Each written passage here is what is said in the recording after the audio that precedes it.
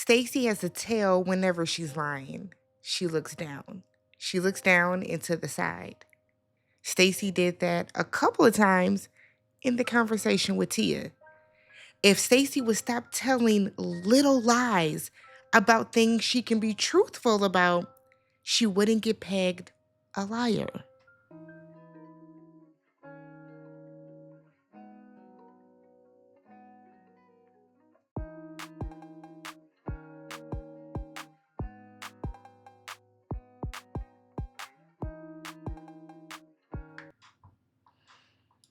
What's good, y'all? Welcome back to the channel. I'm Tammy. This is Tammy Talks.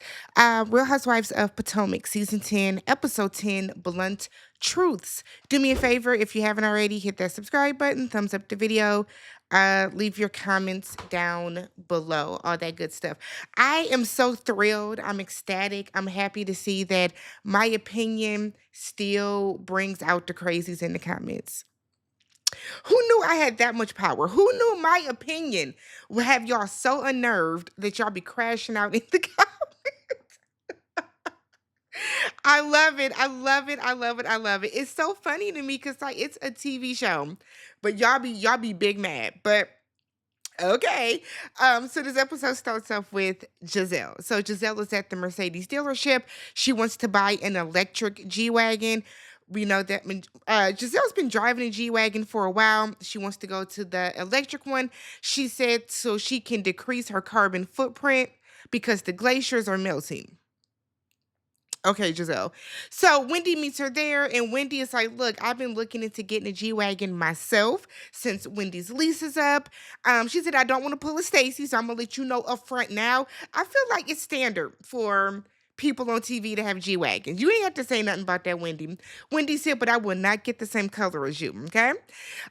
She then goes on to say that Stacy has reached out to her about her cannabis line and all that type of stuff, and it's just kind of a whatever at this point. Stacy feels that they are jumping on, or excuse me, Wendy feels they're jumping on Stacy. Gizelle said, look, I feel it's valid. Said that Stacy is making these beds for herself and she's sneaky, but Gizelle says she is now done. She's going to fall back and just kind of let Stacy live, which means that Gizelle is bored with her. Here's the thing. I've been saying all season and last season, Stacy is lying about little things, right? And y'all can say that these are things that only affect Stacy. She's lying about herself. Fine. However you want to rationalize it, but they're still lies, right? And when you become pegged as a liar from the smallest things, that's what people are going to see you as. That is something that Stacy kind of has not figured out just yet. The more that you lie, the more that you lie, the more that these women are going to look for other things that you're lying about. A lot of Stacy's lies are unnecessary. They're unnecessary, especially when they come to Timo. You can tell these heifers he don't want to be around y'all. You can literally say that instead of making little lies about it. But seemingly Gizelle is bored, so she's going to move on from Stacy. So they go for a test drive. Wendy was scared as fuck. Gizelle didn't know how to get the car and drive initially. It was a lot going on. But while they're on this test drive, Wendy asks Gizelle how she thinks Karen is doing, and they both think that Karen should be out of jail. No, Karen needs to sit her ass in jail and think about the junk driving of it all. No, she needs to do her time. So Gizelle was like, yeah, because Monique is back. So now the gang is all back together. The gang is not all back together from season 5 because Robin and Candace are not there. So the gang is not all back together, but as close as y'all are going to get.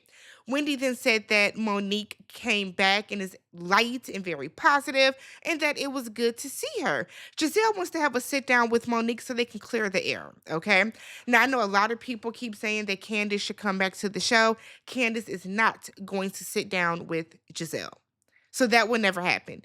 Because in order for Candace to come back on the show, Candace and Gizelle are going to have a conversation. And they're never going to sit down and do that. And we can tell that Candace is still very upset by Jazelle and bothered by Jazelle based on some of the things that when asked about Jazelle or just some of the shit that Candace throws out on social media and on her podcast. It's never gonna happen, y'all. So Stacy's meeting with her friend AJ. Remember AJ from last season that said that TJ was not her type, whatever the case. So he's in town for the Shio launch. Stacy is the first Black woman in the state of Virginia to have her own cannabis business. So shout out to Stacy, and she's gonna launch it on Juneteenth. How fitting, because we were free. All of us were free on Juneteenth. So Stacy feels the way that the ladies aren't super excited for her. And what's interesting to me is she keeps referring to these ladies as her friends. Nothing about these women have given they are friends with you, Stacy. Not one damn thing. So I don't know why you are expecting them to be. She said that she invited everyone, which is not the truth because she didn't invite Wendy, but she invited everyone and then said that she's not on the best terms with everyone, so she doesn't know who was going to show up. Again, Stacy, you have sat up there and told all these little lies, right? That have grown into bigger ones that are unnecessary. So Stacy feels that she is always being accused of things, and it's because you're an easy target. You're an easy target. That's why. So she explains the drama to AJ about Ashley and Kay and Chris and Monique and Cookie and all of that type of stuff. And AJ was like, y'all old asses need to stop. They do. They do. Everybody needs to be truthful. As I said before, I don't know if Stacy is the one talking to Chris.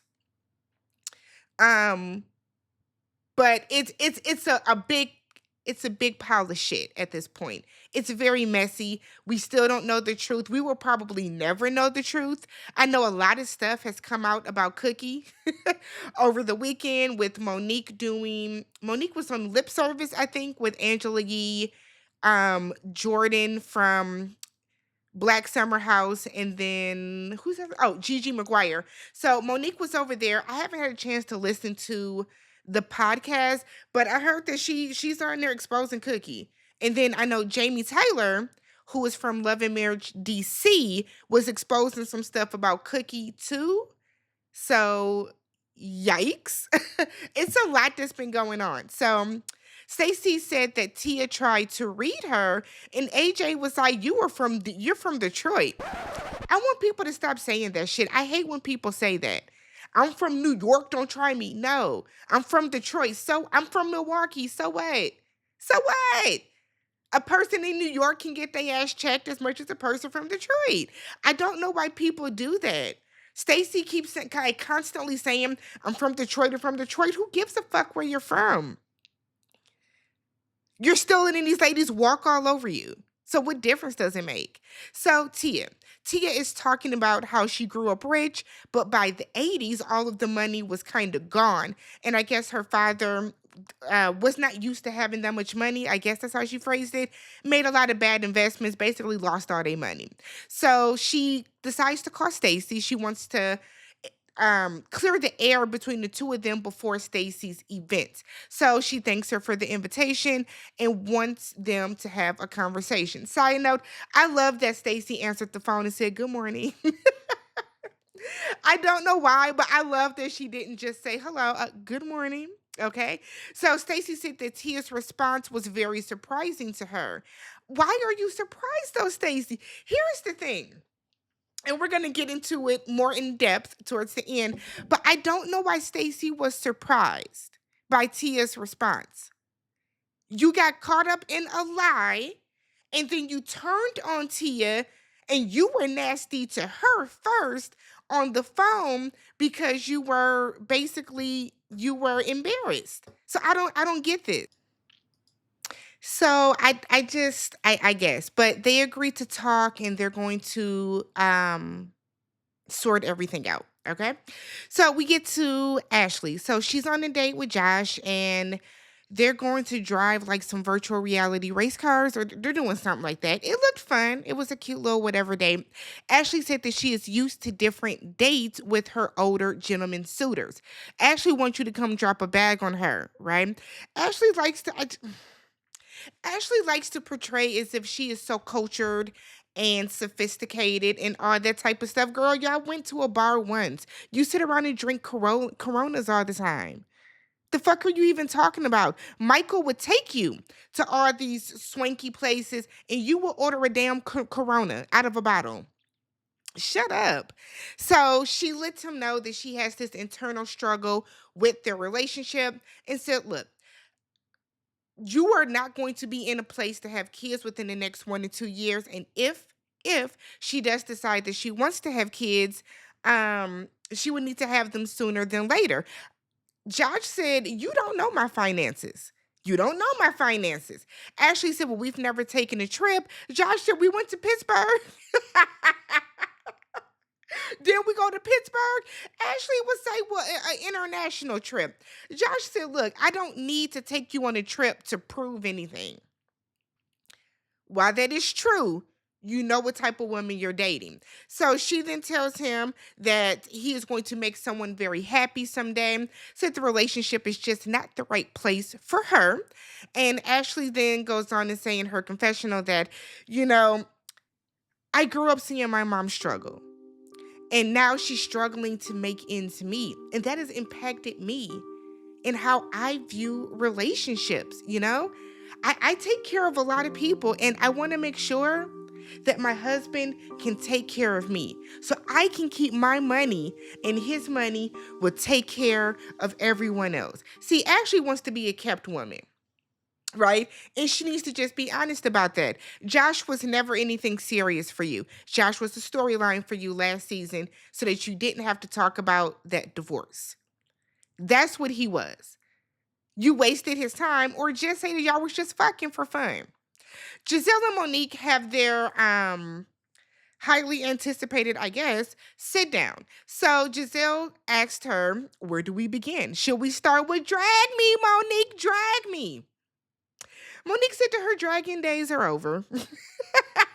So Monique said she had to sit back and really wonder why she was mad. Now, look, I am a Libra, much like Monique Samuels is. So Monique's thought process and the way she explained everything in this conversation, 1000% made sense to me, okay? So Monique said that she was very busy being the victim and being mad at everyone else. So she had to finally sit back and see what she has contributed to the issues. And she told Jazelle, when you were going through your divorce, right, you had to peel back the layers and think back about all the different situations and say, what did I contribute to this? How did I hype this up? You know what I mean? So she said that the one area that she has not made peace yet was this. And I'm assuming she means Real Housewives of Potomac. Now, if Monique wants to truly, truly, truly make peace, she'll meet up with Candace and have a sit down with her, but that's never going to happen. Never going to happen, okay? So she said that the fight is what started her healing journey. I don't think that's true, Monique. I don't think that's true because one, you were not remorseful enough for that to have kickstarted your healing journey initially. Two, you went on to do Love and Marriage DC for what, a season and a half or a season and a quarter. And you did not that while that might have kickstarted your healing journey, it wasn't immediate like she wants to portray. So Monique said that Jazelle has a tendency to want to be in people's relationship and said that it was messy and she was in protector mode of that image that she had created. When in fact, which Jazelle is, way too in other people's business on the show. I think we all can agree on that.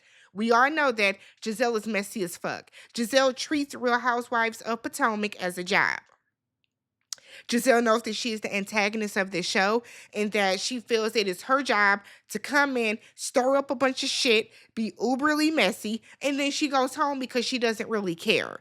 But she is missing the fact that she's messing with real people's lives and real people's relationships, and then they be mad at her ass. And in Jazelle's mind, this is just the show, but it's not just the show for everyone else. So Monique said that she did feel bad when she saw Grace because she had to think about how the actions that she had, calling her daddy Pastor Holy Whore and all that type of shit might have, impacted her. Yes, it might have. Grace know her daddy ain't shit. So Gizelle feels that Monique had hatred towards her, said that she does own her part and she does feel sorry. Now, I don't know if Gizelle and Monique necessarily had anything to apologize to each other for. Because I know that y'all like to say that Gizelle started the rumor about the baby, but Gizelle didn't. Monique has said this on several occasions. It was her ex friend, Gigi, that was on the show that started that rumor. And if we're being very technical, Chris brought it up on the show. I know y'all like to say Chris only brought it up because Jazelle and Robin were going to. Doesn't matter who was going to. Chris is the one that brought it to the show. Okay. But they both agree that they're going to own their parts on the breakdown between the two of them. Gizelle does say that she feels that Monique wanted that fight to happen. And Monique was like, no, I didn't want the fight to happen. But it was a lot of stuff piling up, piling up, piling up. And as Libras, we do let a lot of shit rock, right? It takes a lot to get me mad. It takes a lot to get me mad. Which is why I always laugh when people are in the comments like, oh, you're mad over a comment. Never. Takes a lot to get me mad. I get irritated easily, but it takes a lot for me to really get to that point where I'm going to go off. And Monique is the same way, clearly, where a lot of stuff piled on each other, and then it just exploded. So Monique said in her confessional that she owns her actions and that is just what triggered her spiritual journey. Gizelle said, look, I wanted to come in here and say, fuck you, Monique, but they had such a good talk. Monique was like, girl, I felt the same. So they agree that they're going to now talk things out. Even if they trashing each other, they're going to talk to each other to work things out. We'll see. We'll see. Monique is a friend of the show, so they don't really have anything to really beef about. Now, if Monique comes back next season as a full flute holder, she got a whole flute. She back in the beginning, in the intro, then we'll see. We'll see if things are really hashed out. We then get this scene where Greg is wasting Angel and Kiana's mama time. That nigga was not buying a ring. I don't even know why they filmed this, and I feel like they left it in because Kiana been acting a plum fool this season. But we get this scene where Greg is looking at rings with Kiana's mama. It's old school Housewives. They're putting the price and the carat size on the screen. Greg is like, ooh, that's a lot. Ooh, I don't know if she need this much. Ooh, that's a lot. And like Greg is just, ooh, child. Ooh, child, I can't do it. I can't do it. Greg is not about to buy no ring. So they're out there. They got their champagne. You know, we out here doing the thing, shopping. I said, I know Greg ain't about to buy no fucking ring, is he? Of course not, right? So they're laughing and smiling and everything. And then Greg was like, okay, I'm not going to buy nothing today. I want to run it past Kay. And everybody was like, run it past Kay. Angel sits her dumb ass in her confessional and said that being in your 30s is middle age. Girl, no the fuck it is not. You are not middle age in your 30s. Back to Greg. Greg leaves with no ring. That little white lady was doing her best to make a sale. She's going to love anything you buy her. Let's be real though, Greg. Didn't you and Kiana already go and look at rings? Haven't y'all had this conversation? So you know what type of ring this heifer wants. You don't need to run anything past her. You have no intention on buying her a ring. Is Kiana engaged right now in real time as of what's today? December 7th? Is she engaged? Because I bet she's not. We then see Ashley. She's out with her younger sister, buying her a couple of things. I'm confused. Now, is her sister graduating college or going to college? Nonetheless, they're out getting some things for her sister's apartment. Ashley said that when her mother did not have the money to buy her things, Uncle Lump and other family members pitched in to help her out. She wants to do the same for her sister because she has the financial means to do so. She lets her sister know she broke up with Josh. Jessica ain't like his ass anyway, so who cares? Ashley then said, I kind of miss Josh. He's gone. Don't bring him up no more.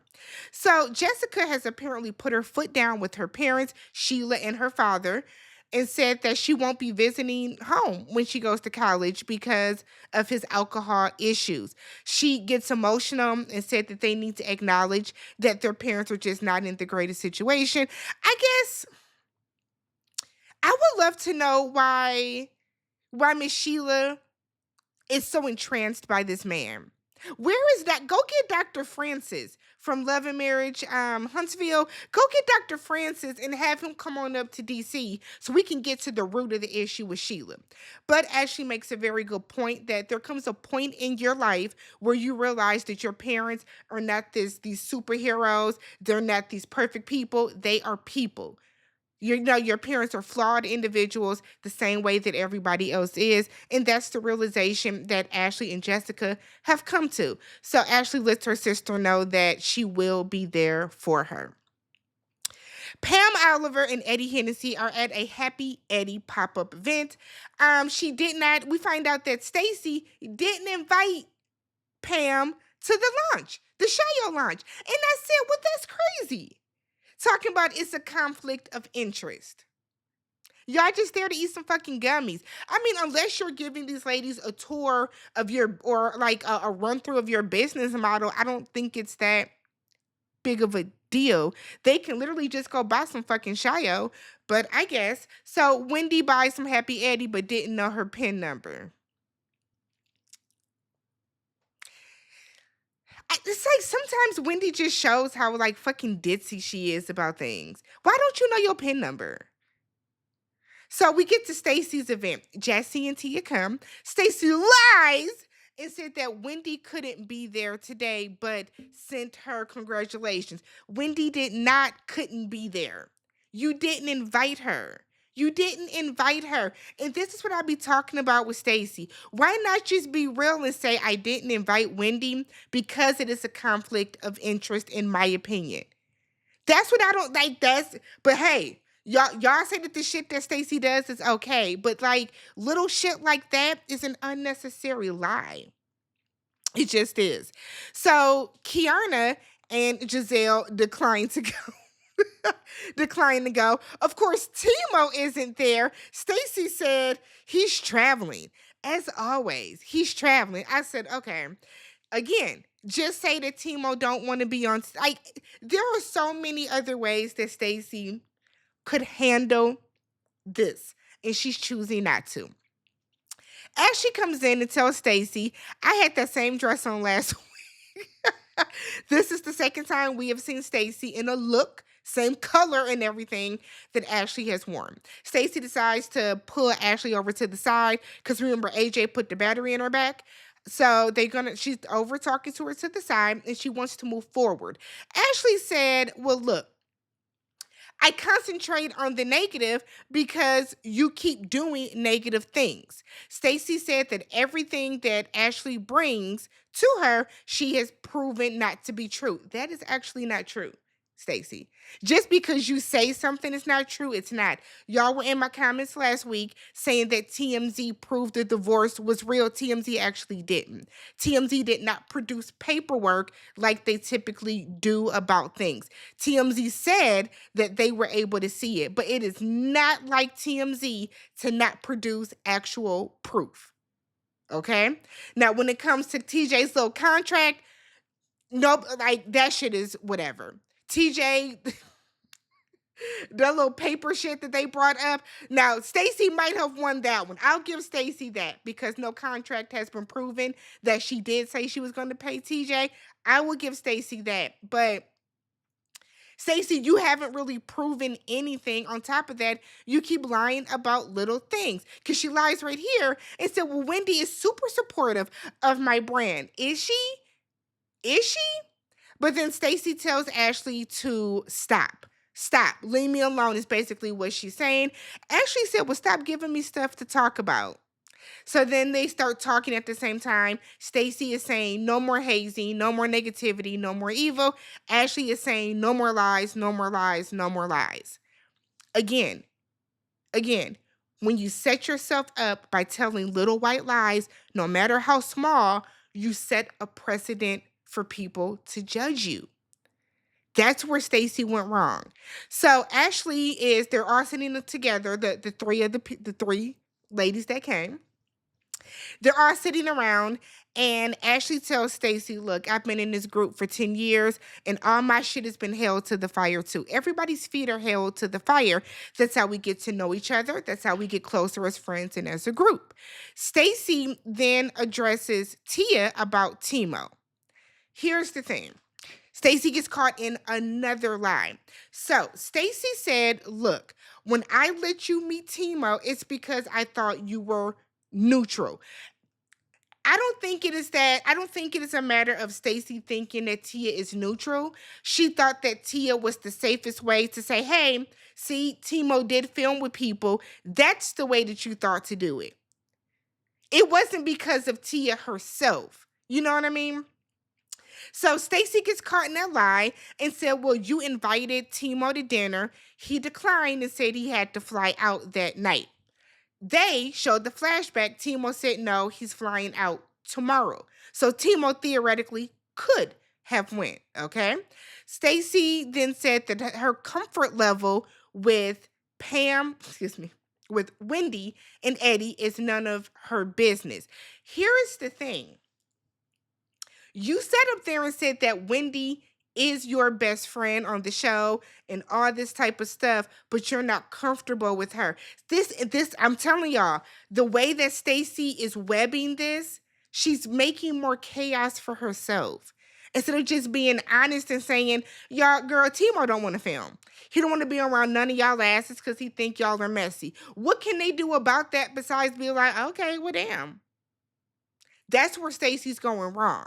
So Stacy then said that Timo has only had a glimpse of Wendy and Eddie, and that is from January in that hurtful moment. What hurtful moment?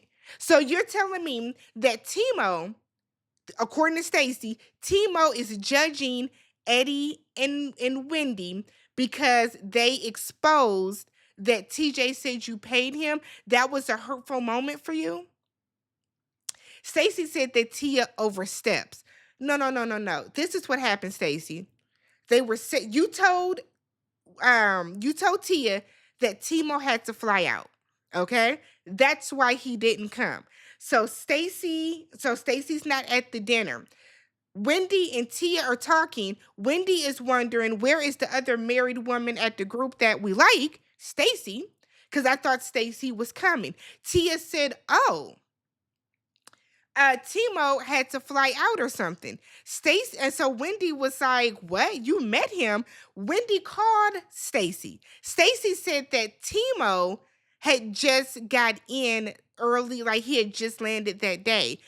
Meanwhile, Tia was like, "No, you said that he was flying out or traveling on that day." Stacy gets caught in lies.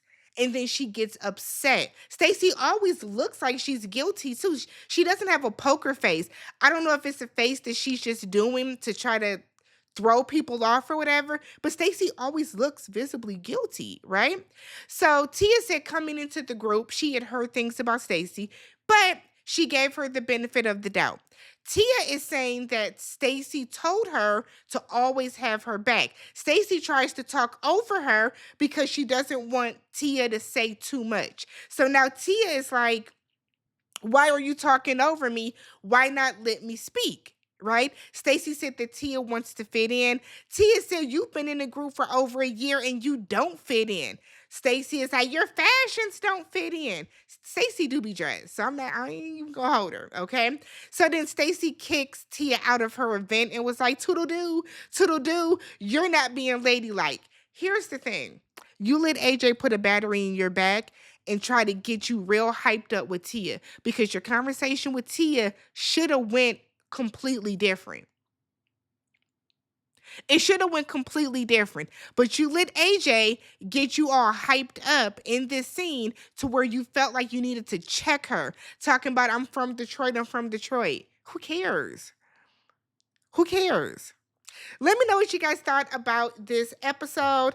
I'm sure the Stacy Warriors will be in the comments. But here's the thing though. Yes, everyone on the cast lies. Everyone does. But most people eventually just own up to their lies, or they don't tell little white lies along the way. So before y'all say it, yes, Giselle's ass lies. We know that. Y'all get on her case about it. Yes, Ashley lies. We get in her ass about it. Yes, Wendy has lied. We got in her ass about it too. And now we're going to get in Stacy's ass about lying because Stacy is making it so easy. But let me know what you guys thought. Subscribe to the channel, thumbs up the video. Catch you guys in the next one. Bye.